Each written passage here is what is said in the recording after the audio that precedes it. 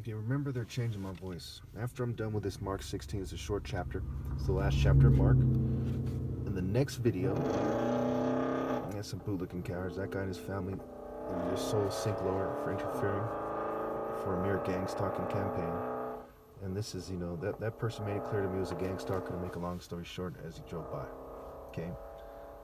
It is pitiful, that these people think that they're bad. Some fancy cars, something with not a speck of masculinity in them. Just. Anyway, so after this, I'll go over what fire is to help you understand. Mark 16. Jesus has risen. When the Sabbath was over, Mary Magdalene, Mary the mother of James, of course, everyone on duty and everyone had anything to do with that, also sinks lower, everyone according to their deeds. Again, when the Sabbath was over, Mary Magdalene, Mary the mother of James, and Salome brought spices so that they might go to anoint Jesus' body. Very early on the first day of the week, just after sunrise, they were on their way to the tomb, and they asked each other, "Who will roll the stone away from the entrance of the tomb?" When they looked up, they saw that the stone, which was very large, had been rolled away. As they entered the tomb, they saw a young man dressed in a white robe sitting on the right side, and they were alarmed. "Don't be alarmed," he said. "You are looking for Jesus the Nazarene, who was crucified. He has risen. He is not here. See the place where they had laid him." Where they laid him, right? This seems like a very Greek kind of explanation. I don't like it. Make a long story short, I don't like the Bible. But, again, it's superimposed on me for the point of raping women is the main point that they're concerned with. Okay, because they're trying to, Romans conquered a lot of places. They wanted people to stick around and get raped and told what to do by them. So they came up with this story, among other tactics that they use, right? They're famous for their psychology and their strategy and their sick, sexual habits and so on and so forth. Anyway, but go tell his disciples and Peter, he is going ahead of you into Galilee. There you will see him, just as he told you." Trembling and bewildered, the women went out and fled from the tomb. They said nothing to anyone because they were afraid. When Jesus rose early on the first day of the week, he appeared first to Mary Magdalene, one of whom he had driven 7 demons. She went and told those who had been with him. She went and told those who had been with him, and who were mourning and weeping. When they heard that Jesus was alive and that she had seen him, they did not believe it. Afterwards, Jesus appeared in a different form to 2 of them while they were walking in the country.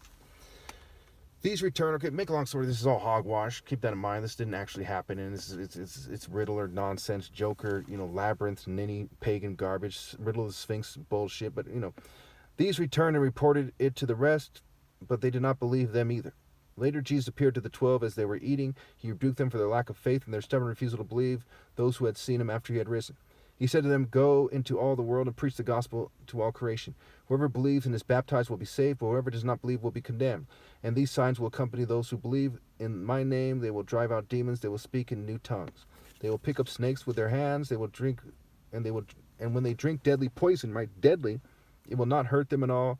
They will place their hands on sick people and they will get well." And this has to do with, figuratively, right? The striking hand, the right hand of God, drinking poison. If your flesh dies, your soul is not being hurt. That's what he's getting at. After the Lord Jesus had spoken to them, he was taken up into heaven. He sat at the right hand of God. There you go, right hand of God, striking hand. Then the disciples went out and preached everywhere, and the Lord worked with them and confirmed his word by the signs that accompanied it. So I'm being fumed heavily.